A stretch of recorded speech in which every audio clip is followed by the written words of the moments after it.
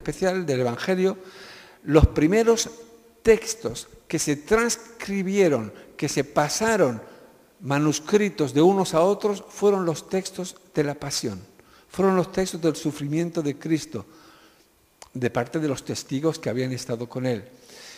Luego ya vinieron las enseñanzas, las parábolas, luego ya vinieron otros acontecimientos, los milagros y todo eso. Pero voy a retomar las 7 palabras que aparecen en los diferentes evangelios y que Cristo dio desde la cruz. Imaginaros Cristo crucificado y desde la cruz, en medio de tanto sufrimiento, en medio de ese barullo que habría a su alrededor de soldados y de gente mirando esa ejecución, porque estaba siendo ejecutado por los romanos por unas causas pues político-religiosas, ¿no? Porque decían que había pretendido ser el rey de los judíos, era la condena romana, y los judíos lo condenaron como que decía ser el Hijo de Dios. Por eso decían que era una blasfemia, ¿no? Bueno, Jesús ahí crucificado desde la cruz pronuncia 7 palabras o 7 frases que son muy interesantes. No solo son interesantes por lo que dicen, sino también por el orden en que están dichas. Nosotros a lo mejor muchas veces no tenemos mucha cultura musical, por ejemplo, música clásica, pero hay muchas músicas dedicadas a las 7 palabras de Cristo. Bach, Händel, dedicaron textos, sinfonías enteras a las 7 palabras de Cristo. Y luego, por supuesto, se ha predicado mucho, se ha escrito mucho a lo largo de los siglos sobre todo esto. Y yo confieso que esta enseñanza la he tomado en parte de un gran cristiano que conocéis a lo mejor algunos, psicólogo, psiquiatra, Pablo Martínez, pastor de Barcelona. La encontró Carmen y me la pasó y me pareció muy interesante y os quiero compartir lo esencial, poniéndole yo mi salsita también ahí, para que pase mejor. 2 cosas que quiero decir en cuanto a estas 7 palabras. Una, vemos el corazón del Señor, vemos sus prioridades, vemos lo que Él siente de más querido. En esos momentos, es curioso que cuando una persona está muriendo, o cuando una persona está enferma o condenada a muerte, como ocurre en algunas ejecuciones, todavía hoy en Estados Unidos, por ejemplo, la gente se centra en los que están enfermos o están muriendo. Si tú vas a ver a alguien en el hospital, pues generalmente pues preguntas, ¿qué tal estás? Y te centras, oye, pues ¿qué te han hecho? ¿Qué no te han hecho? Aquí, curiosamente, el Señor no se centra en sí mismo o poco, sino que se centra en los que le rodean. Y vamos a ver que las palabras están dirigidas a los que le rodean. Y vamos a ver en qué sentido están dirigidas, porque eso es muy importante. Pero como digo, Jesús expresa su corazón de amor, su corazón pastoral, su corazón de buenas intenciones hacia los demás, sobre todo hacia los más necesitados. Vemos que la Biblia muestra a Jesús como el buen pastor, ¿verdad? En los textos de Juan 10 y también Primera de Pedro le llama el príncipe de los pastores. Y vemos un corazón pastoral en aquellas cosas que dice. De alguna manera podemos decir que murió pastoreando. En primer lugar, la primera palabra está en Lucas 23:34. No sé si funciona el teclado. Bueno. La primera palabra es, Padre, perdónalos porque no saben lo que hacen. Es curioso que lo primero que Jesús expresa es una palabra de perdón.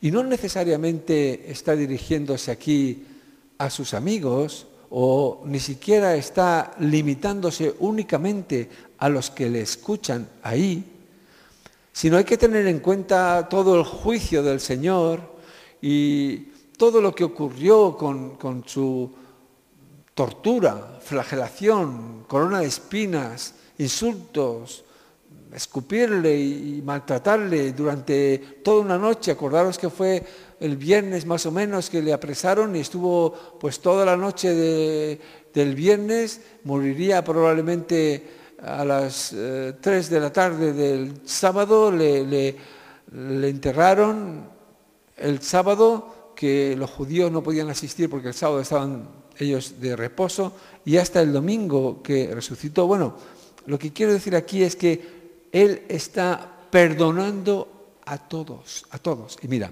esto no se limita solo a los que le crucificaron. Esto llega hasta nosotros. No es solo para los soldados o para los judíos del Sanedrín. Ese perdónalos porque no saben lo que hacen. De alguna manera nosotros estábamos entre todos los que le estaban crucificando. Aquello tenía un simbolismo de la humanidad. Tanto los religiosos como los laicos o los políticos estaban crucificando al Señor. Y Jesús, verdaderamente con un sentido, con un conocimiento de lo que estaba pasando, dice: Padre, perdónalos, porque es que realmente no saben lo que están haciendo. Es que realmente no saben lo que está pasando, la importancia de este momento. En cierto modo, pues ellos son actores de un drama que va más allá de su tiempo y de su alcance en cuanto a la observación que pueden tener. Y el Señor Jesús dice sencillamente: Padre, perdónales, perdónales. Pero ese perdón se extiende a través de los siglos. Ese perdón nos llega a nosotros. Lo bueno de esto es que ese es el perdón que el Señor gana en la cruz por medio de su sacrificio, y que evidentemente perdona todos los pecados. Lo bueno de ese perdón es que es, por así decir, un acta escrita en la que Dios ya perdona por decreto y de manera incondicional, perdona los pecados del mundo. Por eso es que cuando uno conoce a Jesús y cree en Él, recibe el beneficio de ese perdón. Pero ese perdón está ya ahí, está dado, y cualquiera lo puede recibir. Evidentemente, para recibirlo, pues hay que humillarse delante de Dios y hay que reconocer la necesidad de ese perdón, pero está dado. Y aquí también nos enseña algo más esta palabra, porque Jesús perdona sin que se lo pidan. Es un acto unilateral. Y esto demuestra, y es un ejemplo para nosotros, de la importancia de liberar el perdón. Muchas veces consideramos que el perdón solo lo podemos dar si el otro lo pide o si el otro lo merece. Pero aquí está el Señor enseñándonos y demostrando que el perdón se da sin que te lo pidan y sin que lo merezcan. Que el perdón, como acto supremo, inspirado por Dios, divino, restaurador, como el que es la fuente luego de la resurrección, porque dice en la epístola a los Filipenses, dice que Él se humilló hasta lo sumo. Por eso Dios le levantó. Pero esto era una parte de su humillación, el perdonar, porque en el fondo le habían hecho mucho daño. Era injusto que Él perdonara. Era injusto que verdaderamente Dios no castigara a los que le habían hecho tanto daño. Y aquí cuando Jesús declara ese perdón, evidentemente está hablando de parte de Dios, pero está rompiendo unas reglas incluso de la lógica y de la justicia, porque está perdonando con amor y con misericordia a los que le están haciendo lo que le están haciendo. Y eso nos enseña a nosotros también, hermanos. Si tú no perdonas incondicionalmente a los que te hacen daño, si tú no perdonas a tus enemigos, tú eres víctima de tu falta de perdón. Y no solo eso, sino que cortas la posibilidad de que Dios te perdone a ti. Por eso en el Padre Nuestro dice: perdónanos como nosotros perdonamos. Y luego sigue: porque si vosotros no perdonáis, dice el Señor en Mateo 6, no seréis perdonados. ¿Qué quiere decir? Que si tú no desbloqueas esa tubería del perdón que viene de Dios a ti y de ti a los demás, si tú la tapas cuando pasa de ti a los demás, ese perdón de Dios a ti no puede pasar. Y Dios no te puede perdonar a ti, porque Él se ha sujeto a unas leyes espirituales, de manera que el perdón tiene que fluir. Si tú no perdonas, tú no serás perdonado. Y no solo eso, sino que llevarás un cáncer dentro de ti, que esa falta de perdón producirá la muerte espiritual en tu corazón. Si no perdonas, morirás espiritualmente. Esto no es fácil. Hay ejemplos. Mira, Esteban, en Hechos 7:60, él aprendió del Señor. Y cuando le estaban apedreando, él mismo dijo esa frase: Padre, perdónales, porque no saben lo que hacen. Esa sería una frase que los cristianos aprenderían. Si Esteban la dijo ahí, literalmente, delante del apóstol Pablo, que estaba ahí guardando la ropa de los que le apedreaban, eso clavó en el corazón de Pablo un dardo que luego le llevó a la conversión. La segunda palabra, es curioso que el Señor la dirige a un malhechor. En Lucas 23:43, Jesús estaba entre dos ladrones que también habían sido condenados como él. Probablemente esos hombres no habían visto nunca a Jesús, o por lo menos a lo mejor no habían sido de los que le seguían, o no habían escuchado sus enseñanzas, y estaban blasfemando, maldiciendo. Uno le había dicho: oye, si tú eres el Mesías, venga, bájate de la cruz y nosotros también, venga contigo. Y el otro de los ladrones o criminales que habían sido condenados, pues dijo: no, mira, él parece ser que él es más justo que nosotros, así que no te burles de él. Y se dirigió a Jesús y le dijo: acuérdate de mí cuando vengas en tu reino, cuando estés en tu reino, no sé exactamente literalmente. Y Jesús le dijo: de cierto te digo que hoy estarás conmigo en el paraíso.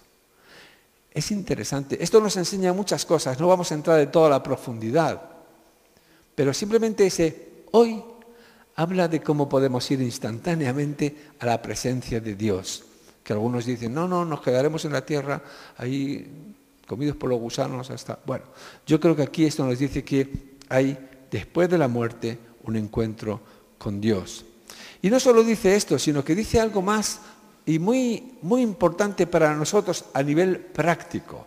Mira, cualquiera, en cualquier momento, puede venir al Señor y pedirle ayuda y pedirle salvación. Si el Señor le concedió a este ladrón criminal, en ese momento, casi por casualidad, en un encuentro fortuito, porque podía haber sido otro condenado o podía haber muerto en otro de los tormentos que hacían los romanos, crucificaban a mucha gente. Sin embargo, en ese momento Jesús le dice que hoy estarás conmigo, le salva. In extremis, en el último momento de su vida y en el último... Esto por una parte nos dice varias cosas. Una, que cualquiera puede ser salvo en el último momento de su vida. Y dos, que el Señor no tiene en cuenta los pecados pasados, no tiene en cuenta la situación de las personas. Solo si uno viene a Él y le pide ayuda, el Señor se la da, incondicionalmente, generosamente. Cualquiera de nosotros puede venir al Señor. Aquí Él demuestra su carácter salvador. También su nombre era eso, Salvador. Jesús era el que iba a liberar a su pueblo de los pecados, era el Salvador. Y Jesús perdona y declara de todo corazón la salvación para ese ladrón o ese criminal en ese mismo momento.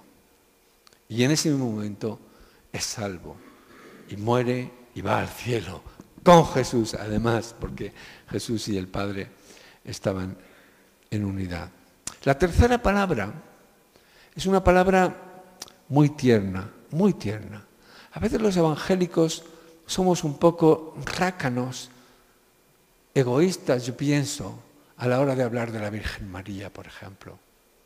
Creo que hay un falso concepto. No voy a predicar aquí sobre la Virgen María, Pero los evangélicos no hemos dado justicia a la Virgen María y debemos no adorarla, porque ya lo dice la palabra, que solo adorarás a Dios, pero sí reconocerla como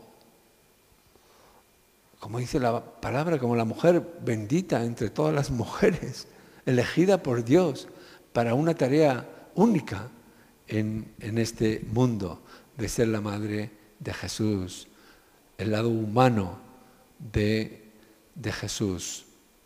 Y Jesús desde la cruz, en ese momento de una gran ternura, tenía delante a Juan, su discípulo amado, que había reclinado su cabeza sobre su costado en esa última cena.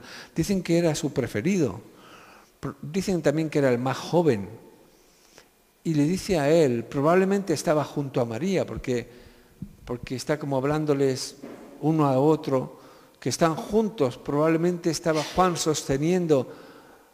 En algunas películas sale así, porque está así también en la Biblia, ¿no? En la Pasión de Cristo sale Juan ahí, así con María junto a la cruz. Y Jesús les está diciendo, les está hablando a los dos. Y vio Jesús a María y al discípulo al que amaba, y al discípulo dice, pues, aquí tienes ahora a tu madre, es tu madre.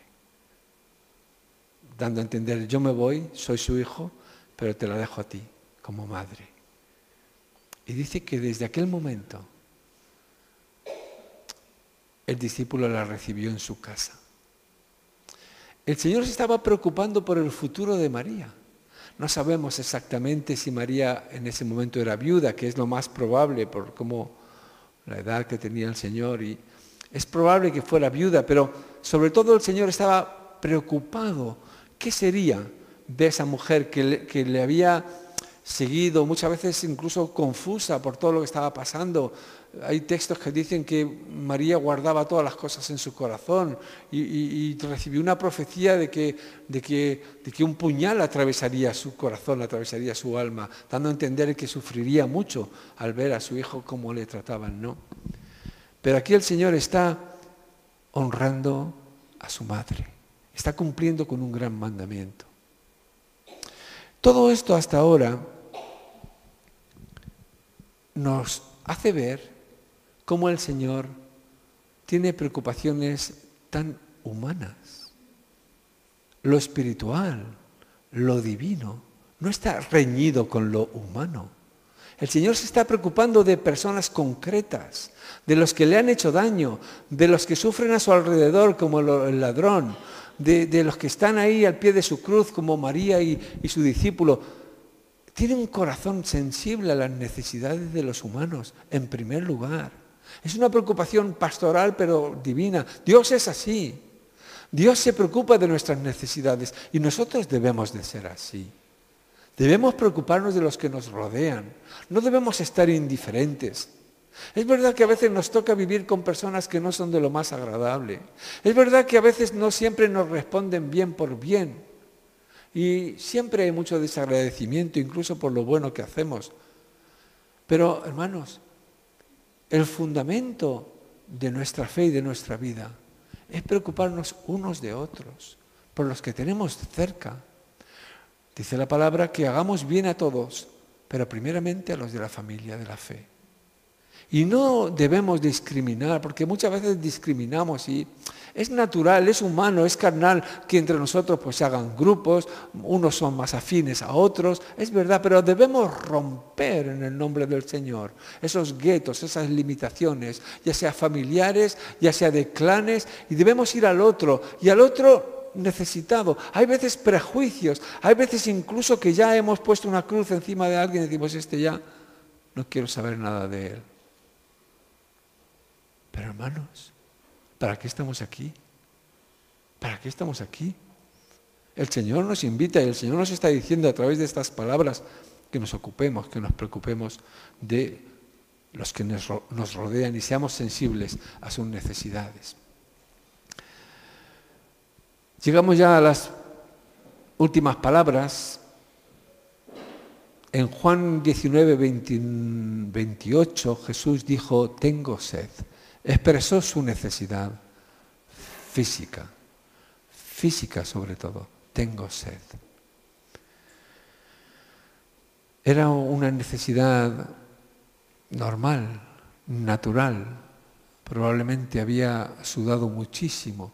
Probablemente todo ese trato que le habían dado y ese camino polvoriento por el que había pasado, probablemente esa muerte lenta donde probablemente estaba perdiendo mucha sangre, pues le llevaba a necesitar líquido. Una palabra tan sencilla, una palabra tan humana, una palabra que nos muestra que Jesús era verdaderamente hombre, como cuando estaba cansado y se sentaba junto al pozo de Sicar con la samaritana. Estaba cansado.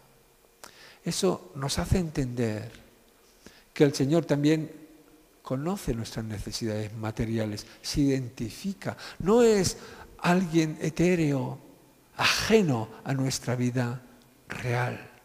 El Señor se preocupa de tus necesidades inminentes, prácticas. No creas que el Señor no cuida los pequeños detalles. Si el Señor llega a reconocer su propia necesidad de sed, creo que le dieron vinagre porque parece ser que entonces el vinagre con hiel era como una especie de droga que atontaba un poco a los que estaban muriendo, a los que estaban ejecutando. Le dieron vinagre con hiel porque creo que le querían y no lo tomó. Probablemente se dio cuenta de que le daban un anestésico para que perdiera un poquito el conocimiento y no lo tomó. La siguiente palabra está en Mateo 27, 46. Y esta sí que es una palabra difícil. A mí esta palabra siempre me deja sin explicación. De hecho, no la entiendo. Dios mío, ¿por qué me has desamparado? ¿Por qué me has abandonado? ¿Cómo puede Jesús decir eso? ¿Qué le pasa? ¿Está en un shock? ¿Está en un estado deprimido? ¿Qué siente él? La ausencia de Dios. Hay un gran hombre de Dios, San Juan de la Cruz, que ha escrito un texto, La noche oscura del alma. Y este gran autor habla de que hay momentos en que no sentimos a Dios, que no sentimos la presencia de Dios, que incluso Dios se convierte, como Job dice a veces, en un enemigo, como que nos está acechando, como que nos está queriendo hacer daño. Y ese vacío y esa ausencia son escalofriantes. Alguien ha dicho que el infierno no son fuego y pinchos de los diablos, sino la ausencia de Dios. La ausencia de Dios.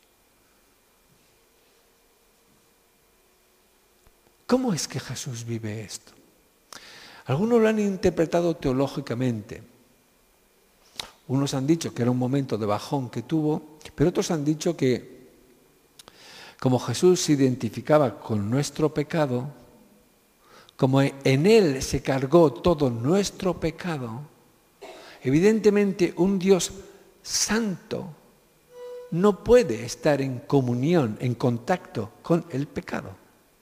Y en ese momento podríamos llamar sublime, final, en el que el Señor carga con todo el pecado de la humanidad y paga a Él el precio para que los demás no seamos condenados, no tengamos que pagarlo nosotros. En ese momento, dicen algunos, dice este Pablo Martínez también, como que Dios se ausenta.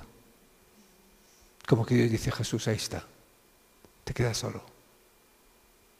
Yo no puedo entrar en el pecado, tú tienes que pagar el precio, te toca a ti. No sé si esa interpretación es suficiente. A mí me resulta una interpretación, podríamos llamar, muy mística, porque no la entiendo. Había sido anunciado, dice aquí que en el Salmo 22 se anunciaba ya esa separación del siervo con con Dios. Bueno, entramos en las dos últimas palabras. Una que restaura la relación con Dios. Lucas 23:46 dice: Padre, en tus manos encomiendo mi espíritu. Él ya se ve morir. Él ya nota que está en las últimas. Son sus últimas exhalaciones. Él está en la cruz con ese sufrimiento y ese desgaste de tantas horas ahí colgado, echando sangre. Y ya llega el final. Y aquí es un buen ejemplo del final de nuestras vidas. Debemos morir así. Debemos morir con esta libertad y esta entrega. Padre, ahí voy. Padre, en tus manos estoy. Esto es una transición. Yo sé dónde voy. Yo sé en quién he creído. Debemos morir con seguridad. No debemos temer morir en las manos de Dios. Esto es un buen ejemplo de una confianza en la muerte, un buen ejemplo que nosotros también debemos aprender. Luego hay una ultimísima palabra de Juan 19:30 que dice: consumado es, se acabó, se acabó. Por fin se acabó. Por fin se acabó el sufrimiento. Por fin se acabó esta vida en la tierra. Por fin he hecho todo lo que tenía que hacer. Hasta aquí. He llegado y he cumplido la misión. Consumado es. Acabado está. Cumplido. Cumplido hasta el final. Por eso el Señor decía: de beber la copa hasta el final, la copa del sufrimiento. Evidentemente eso también nos toca a nosotros, porque no hay nada más que podemos hacer nosotros para ser salvos. Todo lo ha hecho Jesús en la cruz. Todo, todo. Y Él lo ha dicho. Consumado es, completado es, cumplido es, no hay nada más que hacer. Esta es la señal de que no es por nuestras obras ni por nuestros méritos, sino por la obra de Jesús en la cruz que somos aceptados por el Padre. Y bueno, queremos terminar con una palabra de alegría, porque es verdad que aquí estamos en la cruz, estamos escuchando las palabras de Jesús en la cruz, pero quiero citar Apocalipsis 19:6 para terminar. Y en Apocalipsis